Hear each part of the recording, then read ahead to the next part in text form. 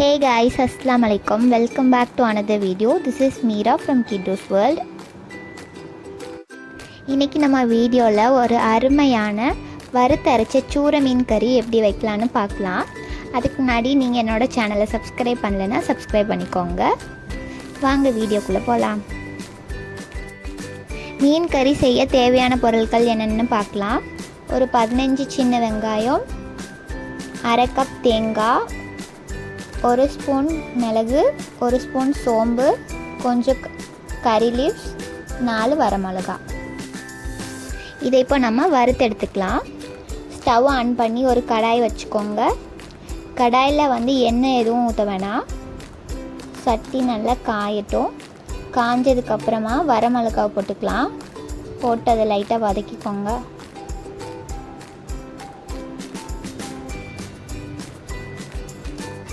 இது கொஞ்சம் ஹீட் ஆனதுக்கப்புறமா அரை முறி தேங்காய், நம்ம எடுத்து வச்சுருக்க சோம்பு, மிளகு, கறிவேப்பிலை எல்லாத்தையும் உள்ளே போட்டுக்கலாம். போட்டுட்டு மீடியம் ஃப்ளேமில் வச்சு நல்லா வறுத்துக்கலாம். இது நல்ல பொன்னிறமாக மாறணும். அது வரைக்கும் நம்ம மீடியம் ஃப்ளேம்லேயே வச்சு வறுத்துக்கலாம்.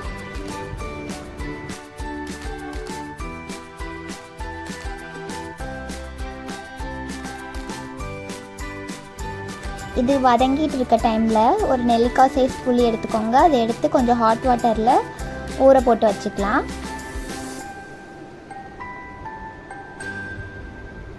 பார்த்திங்கன்னா இது கொஞ்சம் கலர் மாறி இருக்கு. சீக்கிரமாக கலர் வரணுன்னு ஃப்ளேம் பூட்டி வைக்க வேணாம். மீடியம் ஃப்ளேம்லேயே வச்சுட்டு நம்ம வதக்கிக்கலாம்.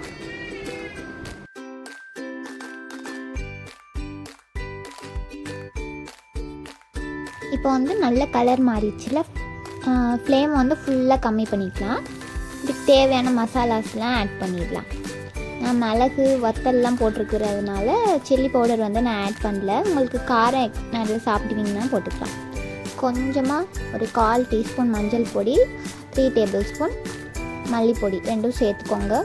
லோ ஃப்ளேமில் வச்சு இந்த மசாலாவோட ரா ஸ்மெல் போகிற வரைக்கும் நல்லா வறுத்துக்கலாம். மல்லி முழு மல்லி கிடச்சா அதை கூட நீங்கள் ஃபஸ்ட்டே ஆட் பண்ணிக்கலாம். என்கிட்ட இல்லாதனால நான் பவுடர் ஆட் பண்ணியிருக்கேன். இப்போ நல்லா வதங்கிடுச்சு. இதை வேறு ஒரு பிளேட்டில் நம்ம மாற்றி வச்சுக்கலாம். அந்த சூடுலே இருந்தால் கருகி போயிடும். ஸோ வேறு இதில் வச்சு நல்லா ஆற விட்டுட்டு இதை நம்ம அரைச்சி எடுத்துக்கலாம். ஒரு 10 நிமிஷம் அப்படியே விட்டுருங்க.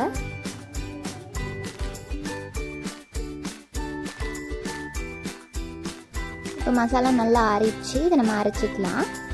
இதை ஃபஸ்ட்டு தண்ணி ஊற்றாமல் கொஞ்சம் நல்லா அரைச்சி எடுத்துக்கலாம்.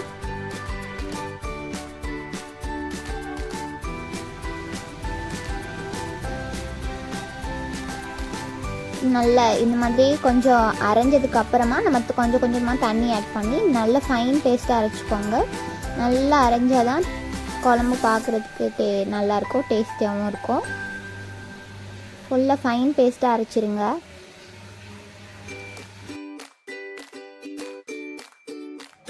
இப்போ மசாலாவும் ரெடி ஆயிடுச்சு, புளியும் நல்லா ஊறிடுச்சு. இப்போ குழம்பு செஞ்சிடலாம். குழம்பு செய்கிறதுக்கு தேவையான பொருள் என்னென்னு பார்க்கலாம். ஒரு பாதி முருங்கைக்காய் எடுத்து கட் பண்ணி வச்சுருக்கேன். கொஞ்சமாக கறிவேப்பிலை, ஒரு மீடியம் சைஸ் தக்காளி நல்லா பழுத்ததாக எடுத்து கட் பண்ணி வச்சுருக்கேன். ஒரு பச்சை மிளகாவை பாதியாக கட் பண்ணியிருக்கேன். மீனும் கழுவி ரெடியாக இருக்குது. இப்போ நம்ம மண் சட்டியில் தான் சமைக்க போகிறோம். மண் சட்டியில் செஞ்சிங்கன்னா டேஸ்ட் ரொம்ப நல்லாயிருக்கும்.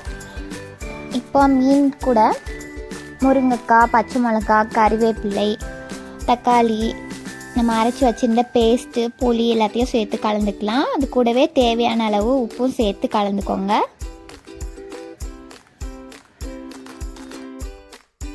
அப்புறம் குழம்புக்கு தேவையான அளவு தண்ணி ஆட் பண்ணிக்கோங்க. தண்ணி உங்களோட குழம்போட கன்சிஸ்டன்சி உங்களுக்கு எந்த மாதிரி வேணுமோ அதுக்கு தகுந்த மாதிரி தண்ணி சேர்த்துக்கோங்க. இப்போ ஸ்டவ் ஆன் பண்ணி நம்ம சட்டி எடுத்து அடுப்பில் வச்சிடலாம். ஒரு மீடியம் ஃப்ளேமில் வச்சு ஒரு லிட் போட்டு க்ளோஸ் பண்ணி வச்சுக்கோங்க.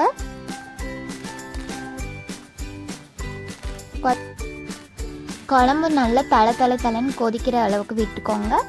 நல்லா கொதிச்சதுக்கப்புறமா ஸ்டவ் ஆஃப் பண்ணிவிட்டு தாளிச்சு விட்டுனா நம்மளோட குழம்பு ரெடி. கரண்டி வச்சு ரொம்ப கிண்டிடக்கூடாது, அப்புறம் குழம்புல இருக்க மீனெல்லாம் உடஞ்சி போயிடும்.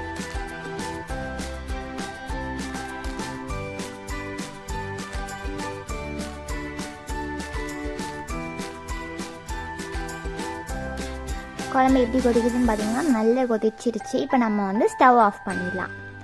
ஸ்டவ் ஆஃப் பண்ணதுக்கப்புறம் தாளித்து கொட்டலாம். தாளித்து கொட்டுறதுக்காக ஒரு சட்டி எடுத்துக்கோங்க. அதில் வந்து ஒரு 2 டேபிள் ஸ்பூன் தேங்காய் எண்ணெய் ஊற்றிக்கோங்க. தேங்காய் எண்ணெய் விட்டிங்கன்னா ஃப்ளேவர் ரொம்ப நல்லாயிருக்கும். அதில் வந்து 1 டீஸ்பூன் கடுகு, 1 டீஸ்பூன் வெந்தயம், 4 சின்ன வெங்காயம் அதை பொடி பொடியாக கட் பண்ணி போட்டுக்கோங்க. சின்ன வெங்காயம் இல்லைன்னா பெரிய சைஸ் வெங்காயம் பாதி போட்டால் போதும். கொஞ்சமாக கறி லீவ்ஸ் போட்டு நல்லா வதக்கி அந்த எண்ணெயை எடுத்து நம்ம செஞ்ச மீன் குழம்புல ஊற்றிட்டிங்கன்னா நம்மளோட எம்மியான வறுத்தரைச்ச சூட மீன் கறி ரெடி ஆயிடும். கண்டிப்பாக ட்ரை பண்ணி பாருங்கள். டேஸ்ட் ரொம்ப எம்மியாக இருந்துச்சு. செஞ்சு பார்த்துட்டு எப்படி இருந்துச்சுன்னு கமெண்ட் செக்ஷனில் சொல்லுங்கள்.